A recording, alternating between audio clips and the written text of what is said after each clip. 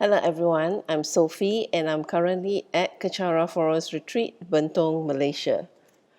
And I'll continue reading from the book by my guru, His Eminence the 25th Samtuku Rinpoche.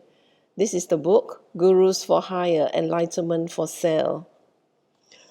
The small writing is An Insider's Guide into the Relationship between Spiritual Teachers, Students, and Centers. Here's the book. So I'll be continuing from page 54, The Crazy Wisdom of the Guru. And before that, as usual, I would go to a picture to share with you. And this is a very nice picture of my Guru, and very suitable for the title. See, my Guru will go, as it says, The Crazy Wisdom of the Guru. Right, page 54. The Guru will do things that are completely the opposite of what you expect. He uses what we might call unconventional crazy wisdom. It is crazy in the way we think that another culture's habits are crazy. Craziness is culturally conceived, and whether something is crazy or not is a reference point which we are born with. For example, in this country, you might think that eating dogs is crazy and disgusting. In other countries, they think you are crazy for not eating dogs. It is not whether something is right or wrong. When we operate at a certain level and someone is judging us from a lower or different level, they will think it is crazy. For example, when we were kids, we could not understand some of the things that our parents told us.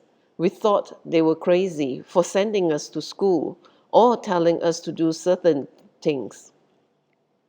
Now that we have grown up and we are more at their level of thinking, we understand what they are doing for us and why. It is the same with our gurus. We are not yet at a level where we are able to directly examine why he is doing what he is doing. High gurus can manifest incredible crazy wisdom. You might ask why he does this, why he would act like that to embarrass himself. We wonder, why doesn't the guru act the way I feel a guru should act? It is precisely because we are so attached to the way a person should act that the guru does not act that way. It is to break our attachments. We must realize that the guru puts himself at risk to lose our respect, our confidence, and our faith. But he has no ego, and he has no agenda to get something from us, like money, praise, or admiration. The guru is out to save us. He is willing to risk having us hate him if he can benefit us by doing something that looks controversial or crazy. The guru may use very wrathful means in certain situations. For example, if he knows that you are doing something very negative, which will bring more negative effects to others, and he knows that you will not do any spiritual practice to purify it, he may use very wrathful methods to make the karma manifest now, so that you do not have to suffer it later. He might send us on assignments that we do not understand. It does not have to be complicated.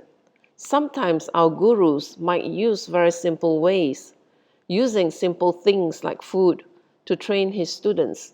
For example, he might send several people out at the same time at 4 a.m. in the middle of the night to find a certain type of food. We may start to have doubt or wonder if the guru is crazy. If he was actually crazy, he would be like that all the time with every person. Usually, he is selective with whom he is crazy. If he is selective, it means that he is training that particular person. If the guru was like that with everybody, then he is not training anyone. he really is crazy. A really crazy person will act crazily with whomever he comes across, whether it is the president, a beautiful lady, or a bum off the street. You might ask if we were not, sorry, you might ask if we are not at the level to understand why our guru does what he does. Then how do we check him?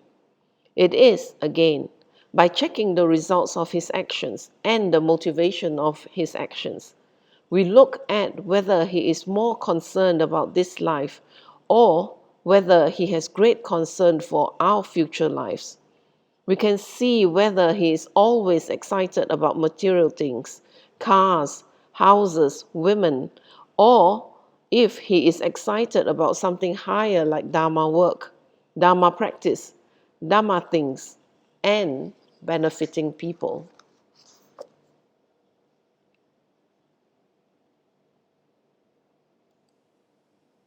With that, I'll stop here because that was the whole chapter about the guru and how he uses unconventional methods to teach his students. And sometimes that people may think that, it's crazy. But basically, as Rinpoche said, it is born from our own perception. We grew up with the things that it has to be done at certain ways and all that, and we're attached to that. So he is trying to break our perception, what we expect, and at the same time to train our minds. So, and also, I say that he could be using wrathful methods to bring forward, something that to purify us, before it actually happens to us. So that is how we should always also check, as Rinpoche said, that if a person is crazy, then he will act like that no matter what with and whomever. So if it's only for certain people, then it is actually the guru's training for that person. And so I'll end the session here. And thank you for sharing your time with me. Before that, I will end this session with a completion dedication in Tibetan. And this time, I've actually enclosed the prayer so that you may be able to recite with me if you wish. And the prayer comes in Tibetan and then with a translation in English and then Tibetan and English. So it's all different verses there. So this is the first. And it says that at the conclusion of any meritorious activities such as making offerings, prayers, etc., it is essential to dedicate the merits that we have accumulated for the benefit of all sentient beings, which is why we always end it with a completion dedication. So as here goes. Jangjub Semchot Rinpoche, Make Panam Ge Yushe, Kepa Nampa Me Payang, Gone Gondu Pe Washo. Tony Tonwa Rinpoche, Make Panam Ge Yushe, Kepa Nampa Me Payang, Gone Gondu Pe Washo.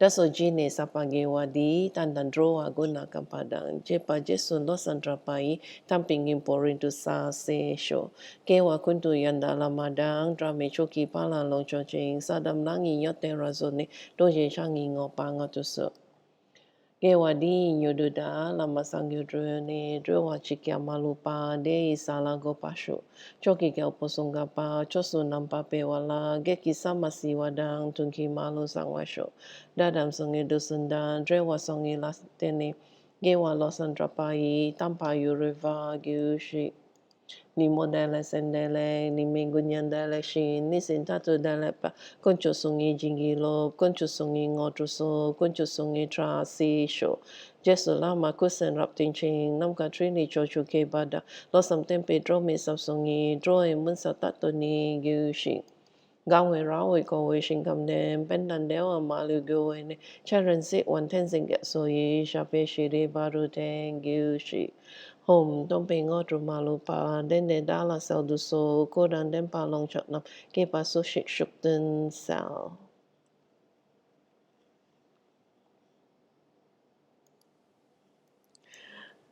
I'll add on the last verse for my next sharing session. Oh, I think I have to find it in another one. Anyway, thank you for sharing your time with me, and I do hope that you join me again for my next session.